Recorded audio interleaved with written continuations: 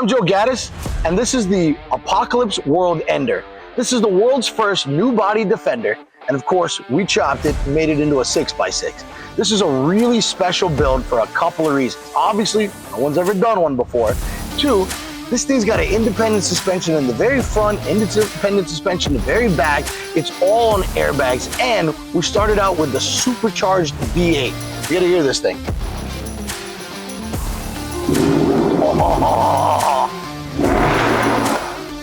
It's an absolute monster, and it rivals the Mercedes G-Wagon 6x6.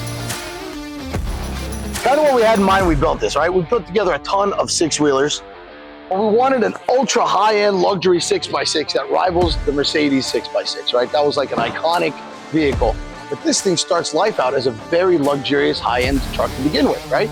And you've got room for 3 rows of seats. So that was kind of the premise here. Let's not shorten the cabin at all. Let's keep room for 3 rows of seats, and let's make it a 6x6. Let's make it a pickup truck. And I think we accomplished all that, right? Let me take you on the front. We widen the truck by 2 feet. The entire truck from edge to edge is 2 feet. You got a foot on either side. The car used to end here. Now she ends way over here. This is all custom fabricated. This thing is chock full of sensors and electronics, right? So all the parking sensors have to be relocated, recalibrated to work. Even making this push bar on here, we call it a cow killer. We had to specially design this thing so that it wouldn't interfere with any of the sensors. So you still got the Distronic and the Partronic, you got the front rear cameras, and all the standard features of this vehicle would work. You don't want to say goodbye to any features, you want to make the car better. We finished it in the satin gray with some gloss black. And then the signature Defender thing is this, gridiron metal up here. So we shot that white, we did the eyelids white. We gave it a skid plate up front, and then the suspension. Because this thing's an independent suspension, nobody makes a lift kit for this thing. So, as you've seen us do a couple of times before, we fabricated our own complete suspension system, right? This is our own spindles, these are our own control arms, these are our own subframe, and we did it so that all the suspension works like it did from factory, but it's now a lot taller. Of course, we skid plated the whole thing from front to back. In the back here, we've got our custom handmade tandem axle, which has the pass-through drive in it. So the back 4 are always engaged. As a matter of fact, this thing's an all-wheel drive, so all 6 are always engaged. Now you can turn off the front axle if you like, improve fuel economy, but this is a full-time 6-wheel drive car if you want it to be. The drive shaft comes into the middle axle, comes out, feeds the back axle. The back axle is still the independent suspension. We took the original middle clip, put it in the rear. We created our own frame for this vehicle. We had a complete subframe fabricated for this car so that it's rigid. We didn't want this thing on a unibody. We wanted a steel box 1/4-inch tubular frame, and we accomplished that.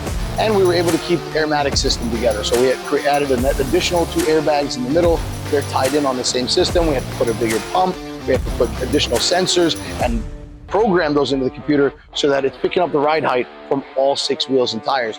And it'll adjust and do its thing. You can actually drop this car down 8 inches if you like with the press of a button. It'll go right back up again. This is as high as she gets right here. And it's an awesome amount of clearance. It's a lot of fun to drive. It's got a ton of horsepower. We left it with 355 gears. We're running 38-inch tires. The whole thing is wrapped. Obviously, we have a bed now where there once was none. We decided to put a gigantic 7th tire there. You don't have to have it. You can take it out, bolts in. This is our own custom-made roll cage.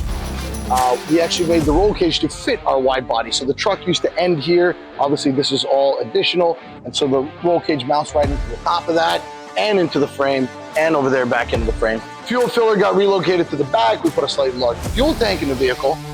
We've got a roof rack on top and put some custom lighting over the windshield in usual Apocalpse fashion. But I think this is a little slicker and more along the same lines as the Defender and what they originally did. If you remember, Defender had a 6-wheeler. It was called the Huntsman on the old body. And I was really surprised nobody went to do it. Of course, they're all waiting for us to do it, and so we did.